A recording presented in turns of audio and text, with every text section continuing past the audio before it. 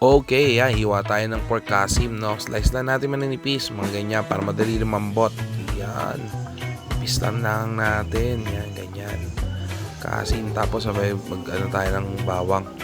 Yun, mince lang tayo ng garlic. Tapos lagay natin dyan sa pork natin. Timpla natin ng salt, soy sauce, pepper, tapos honey. Tapos lagyan natin ng oyster sauce at saka yan, brown sugar, tsaka vinegar. Lagyan natin ng konting cornstarch, sabay halo-halo na natin. Tapos lagyan natin ng MSG.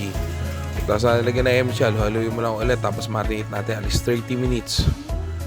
Tapos painit tayo ng wok. Yan, mag-toast muna tayo ng garlic natin. Lagyan natin ng oil, lagyan natin garlic. Toast muna tayo ng garlic natin.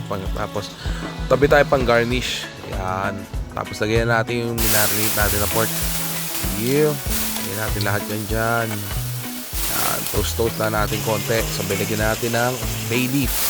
Yan. Paglagyan mo ng bay leaf, toast mo lang ng konti. Yan. Tapos takpan natin yan, no? Lagyan mo ng water. Yan. Pinag-marinate na, lagyan mo ng water. Yan. Tapos takpan natin. Pinaan mo lang apoy, sabay mga after 10 minutes. Yan. Buksan mo ulit, tapos haluin mo ulit. Para hindi siya dumikit sa ilalim. May cornstarch kasi yan eh. Tsaka may sugar. Madali yan. So, takpan mo ulit. Buksan mo ulit after 10 minutes.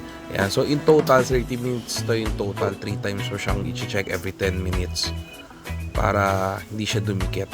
Yan. Okay na yan. Last na yan. No? Ayan, medyo konting dumikit ng konti. Pero, okay na. Diba? So, lagyan natin sesame oil. Yan. So, lagyan mo sesame oil. Halo-haloyin mo lang konti. Okay na yan.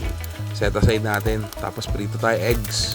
Yan, gaganda ng eggs na kinuha ko. Sinadya akong maliliit talaga para maganda sa plato natin.